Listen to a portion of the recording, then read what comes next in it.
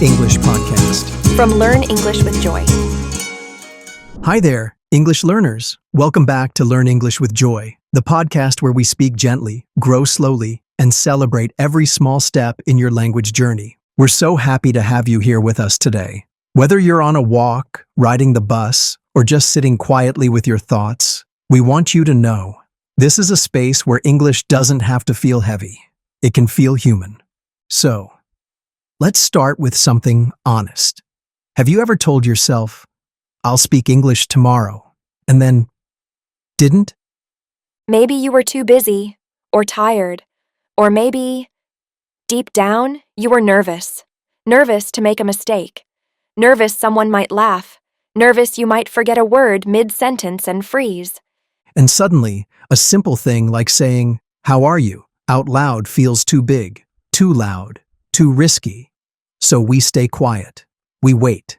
And English becomes something we keep putting off, like a promise we keep breaking to ourselves. But you're not alone. That fear, that hesitation, that quiet voice saying, not yet. We've all heard it.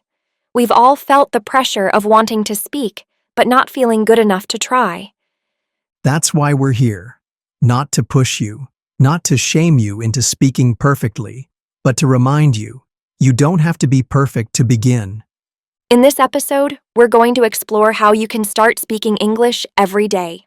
Not with pressure, not with guilt, but with kindness, with joy, with small, steady steps that feel like yours. Because English doesn't start with perfect grammar or long conversations. It starts with one small word, one brave sentence, and a little courage to say it out loud. So take a breath. You're in the right place. Let's begin together. Because English doesn't start with perfect grammar or long conversations. It starts with one small word, one brave sentence, and a little courage to say it out loud. So take a breath. You're in the right place. Let's begin together. I remember when I was learning French. I knew the words. I had studied them. I had passed grammar tests, even wrote short essays. But every time I had to speak, my mind just went blank. It wasn't because I didn't know what to say. It was because I didn't believe I could say it out loud, not without sounding awkward or making a mistake. And that's so common, isn't it? We wait. We wait for the day we feel ready, the day we finally become fluent. But that day doesn't just appear. Fluency isn't something that arrives. It's something that builds, slowly, softly, through repetition and tiny acts of courage. Yes, I remember telling myself, I'll speak when I'm better. But being better doesn't come first. Speaking comes first. And through speaking, we become better. I had a student who always sat in the back of the classroom. She never raised her hand, never joined group discussions. But one day, I heard her whisper to herself, "Today, I'll try." And she did. Just one sentence. I like music. It wasn't long. It wasn't perfect, but it was hers. And after that, something shifted. That's the power of starting small. You don't need to say everything. You don't need to sound perfect. You just need to begin. One sentence, one voice, one moment of bravery. So today, we'll guide you through simple ways to make English part of your daily rhythm. We'll show you how to speak without pressure, build habits that stick, and most of all, how to trust your voice again. Because your voice matters, even when it's quiet, even when it shakes. Let's explore those small, honest steps together. I remember when I was learning French. I knew the words. I had studied them. I had passed grammar tests, even wrote short paragraphs. But every time someone spoke to me in real life, I froze. My brain would go blank, and the same sentence would come back over and over again. Don't mess it up. It wasn't the language that was stopping me. It was fear. And that fear, it's so real. Even if no one else can see it, you feel it in your chest, in your throat, in your silence. You want to speak, but something holds you back. Let's name a few of those fears, because sometimes naming them takes away their power. What if I say it wrong? What if people laugh at my accent? What if I forget a word halfway through my sentence? What if someone responds, and I don't understand a thing? What if I sound like a child? Exactly. These questions don't live in textbooks, but they live in our heads. They're quiet, but powerful. And they're the reason so many learners know English, but still don't speak it. And what makes these fears harder is that they're invisible. No one can see them. No teacher writes fear on the lesson plan. But for many learners, fear is the loudest thing in the room. And the hardest part? That fear grows every time we avoid speaking. Every time we stay silent, it tells our brain, speaking isn't safe. But that's not true. What's true is this: mistakes are normal, accents are beautiful, and you don't need to know every word to start speaking. So, the real question becomes, what can we do when fear speaks louder than our voice? Maybe we start by changing how we think about fluency. Because here's the truth: fluency is not the starting line, it's the finish line, and you don't need to reach it before you speak. You get there by speaking. Yes. I once had a student named Hannah. She was so smart. She could write beautifully in English, read novels, even understand most podcasts. But she rarely spoke. Every time we asked her to join a conversation, she'd smile politely and say, "I'm not ready yet." She was always waiting for this magical day when she would feel fluent enough to speak. But that day never came, because it doesn't come before you speak. It only comes after. I told her something that really stuck with her, and maybe it'll stick with you too. You don't wait until you're strong to go to the gym. You get strong because you go. It's the same with speaking. You don't wait until your English is perfect to use it. You build your confidence and fluency by showing up again and again, even with simple words. So what's the first step? Start small. One sentence to yourself in the mirror, one comment under a YouTube video, one short audio message to a friend. That's enough, truly. You don't have to give a speech. You don't have to be brilliant. You just have to begin. Even a whisper counts. And remember, the goal isn't to speak without mistakes. The goal is to speak despite them. That's how fluency is built. Not by waiting, but by doing. Let's take a look now at some ways you can actually turn this mindset into a habit. Gently, and one small moment at a time. And remember, the goal isn't to speak without mistakes. The goal is to speak despite them. That's how fluency is built. Not by waiting, but by doing. Let's take a look now at some ways you can actually turn this mindset into a habit, gently, and one small moment at a time. We call these micro-speaking habits. They're small enough to do every day, even on your busiest days, but powerful enough to change everything. The first habit? Talk to yourself in the mirror. Sounds silly? Maybe. But it works. When you look at your reflection and say, "Hi, how are you today?" Something shifts. You're no longer just thinking in English. You're owning your voice. And it doesn't have to be a full conversation. Even one line is enough. Try, "I feel tired today." Or, "I'm excited for the weekend." Say it out loud. Hear yourself speak. Another micro habit we love is sending a voice message. Every morning, record a short 30-second voice message in English. It could be to a friend, to yourself, or even to your future self. Talk about what you plan to do that day, how you slept, or something that made you smile. And don't worry about mistakes. No one's grading you.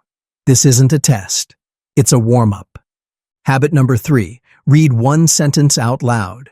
Find a sentence in a book, a blog post, or even your favorite social media caption, and just read it aloud. Feel the rhythm. Feel the shape of the words in your mouth. Here's another one. Leave a comment on YouTube or Instagram in English. Just 1 or 2 sentences. Something kind, something simple. Like, "This video made me smile," or "Thanks for sharing your story." You're not just watching content anymore. You're part of it. And last but not least, echo your favorite movie lines. Pick a short scene, hit play, and repeat the line right after the character. You're not just learning English, you're practicing intonation, emotion, rhythm. Sometimes we think that's too small to matter, but it does matter. Tiny actions create big changes if you do them again and again. So here's today's reminder. You don't need a long study session. You just need a few minutes. One voice note, one line in the mirror, one whispered sentence. That's enough. Because micro habits are small enough to do every day and powerful enough to change everything. And yet, even when you build those habits, there's one thing that always shows up in the beginning: awkwardness. Oh, yes. I know that feeling very well. Let me tell you a quick story.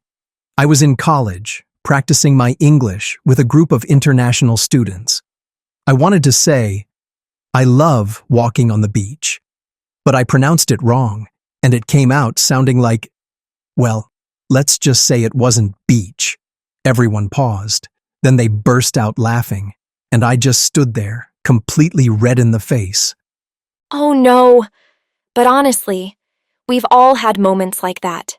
Moments when we meant to say something sweet or simple, but it came out a little strange.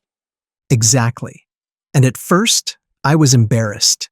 But then I realized that moment didn't kill me. In fact, people remembered it. They teased me, but in a kind way. And you know what? I never forgot how to pronounce beach after that. That's the beauty of awkwardness. It feels uncomfortable, but it teaches you something. And more than that, it proves that you're trying. We all want to feel smooth and confident when we speak English. But here's a little truth. Before it feels smooth, it feels clumsy. And that's okay. Awkward means you're in motion. You're growing. It's not a sign you're failing. It's a sign you're moving forward.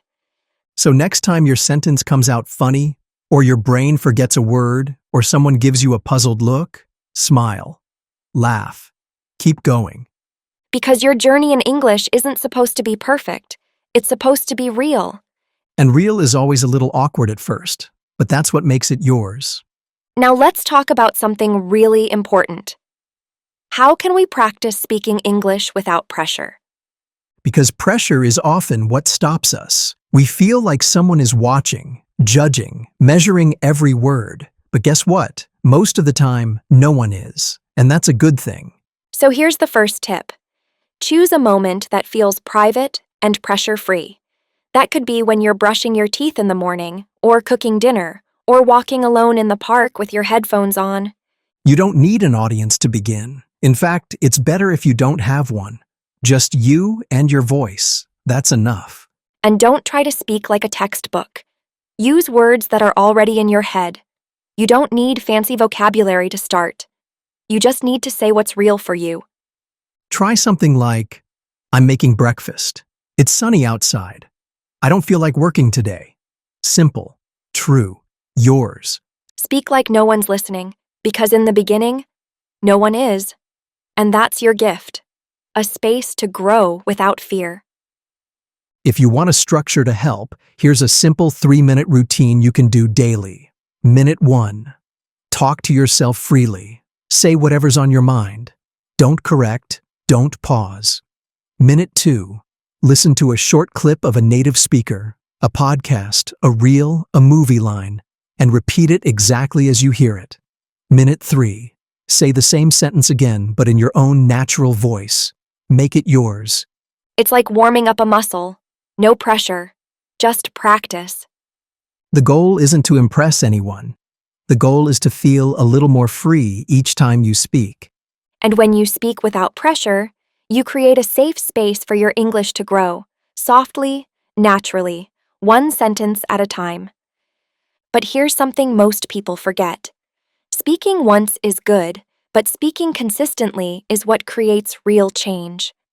Yes, consistency is like watering a plant. You don't have to flood it. Just show up with a little water every day. So how do we stay consistent, especially when life gets busy? One idea is to tie English speaking to a habit you already have. For example, every morning before coffee, I speak one sentence in English. Or, right after I brush my teeth, I whisper one English question to myself. Simple, predictable, easy to remember. You can also write down small wins. And yes, even saying one sentence counts. Try keeping a note on your phone. Spoke English today. 3 days in a row. It builds momentum. And momentum builds motivation. If you're someone who loves reminders, try using a gentle app like Habitica, Streaks, or even just your phone's calendar. Set a soft nudge, something that says, "Hey, want to say something in English today?" But here's the key. Don't aim for 100%. Aim for always coming back. Exactly. We all miss days. We all forget. That's okay. What matters is the return. The moment you come back to your practice, even after a break, that's progress. Fluency is not a sprint. It's a quiet walk that doesn't stop. Some days you'll move faster, some days slower, but you're still on the path. So whether you spoke yesterday or not, today is still a good day to say something. And tomorrow will be too. Consistency isn't about being perfect. It's about not giving up, even when the steps are small. And if today's step is just one sentence, that's more than enough. Keep walking, keep speaking. We're right beside you. Now, let's slow things down for a moment, because this next part is one of our favorites. It's time for our vocabulary breakdown. Not just words, but feelings, experiences, and the little shifts that help you grow. We'll explore 9 words from today's episode, slowly, gently. Let them sit with you. Try repeating them with us. Whisper them, if you'd like. And if today's step is just one sentence, that's more than enough. Keep walking, keep speaking. We're right beside you. Now, let's slow it all down. It's time for our favorite part of the episode, the vocabulary breakdown. These aren't just words. They're little reminders of how far you've come and how gently you can grow. We'll walk through 9 words from today's conversation. Take a deep breath, repeat after us if you like, or just listen quietly. First, intentional, meaning doing something on purpose, not by accident. Example, I made an intentional choice to speak one sentence in English today. Say it with me. I made an intentional choice. Reminder, you don't need to speak more. Just speak with intention. Second, awkward, meaning a little clumsy, uncomfortable, but honest. Example, it felt awkward at first, but I kept going. Say it softly, it felt awkward, but I kept going. Reminder, awkward is a sign of movement. You're growing. 3. Initiate, meaning to begin, even if it's just a little. Example, I initiated a short chat with a friend in English. Say it slowly, I initiated a short chat. Reminder, starting is brave, no matter how small. Quarta familiar, meaning something you recognize, something that feels safe. Example, speaking to myself made English feel familiar. Say it with me. English is starting to feel familiar. Reminder, repeat it until it feels like home. Femte effort, meaning the energy you give to something that matters. Example, my effort is enough, even if it's not perfect. Say it kindly, my effort is enough. Reminder, progress begins with effort, not perfection. Sixth, permission, meaning giving yourself the freedom to try. Example, I gave myself permission to speak imperfectly. Say it gently. I gave myself permission. Reminder, you're allowed to try, even before you're ready. 7th rhythm, meaning a quiet, repeated pattern. Example, speaking every day helped me find my rhythm. Say it softly. I'm finding my rhythm. Reminder, language isn't a race, it's a rhythm.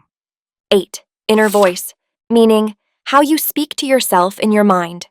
Example, I changed my inner voice to be kinder. Say it quietly, I changed my inner voice. Reminder, Make your inner voice your best supporter. 9. Comfort zone, meaning where things feel safe, but not where growth happens. Example, I stepped 1 inch outside my comfort zone today. Say it gently, 1 inch outside my comfort zone. Reminder, that's where your real voice lives. Take a moment.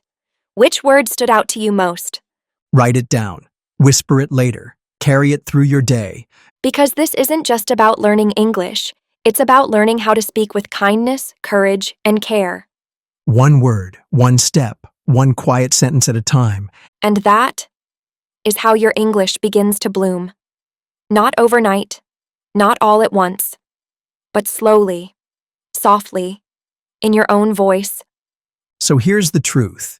You don't need to be perfect. You just need to be consistent. Because real growth doesn't come from doing everything right. It comes from showing up, again and again. Even 1 sentence a day is powerful. Because that 1 sentence means you didn't give up. There's a quote I love by Nelson Mandela. He said, "It always seems impossible until it's done." And maybe today, speaking English feels a little impossible. But one day, it won't.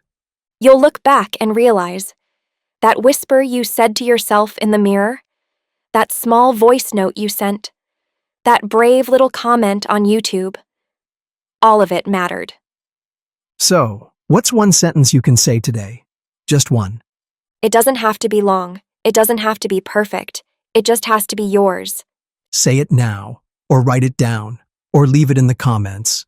We'd love to hear your voice. Until next time, keep learning, keep speaking. And keep growing, 1 sentence at a time.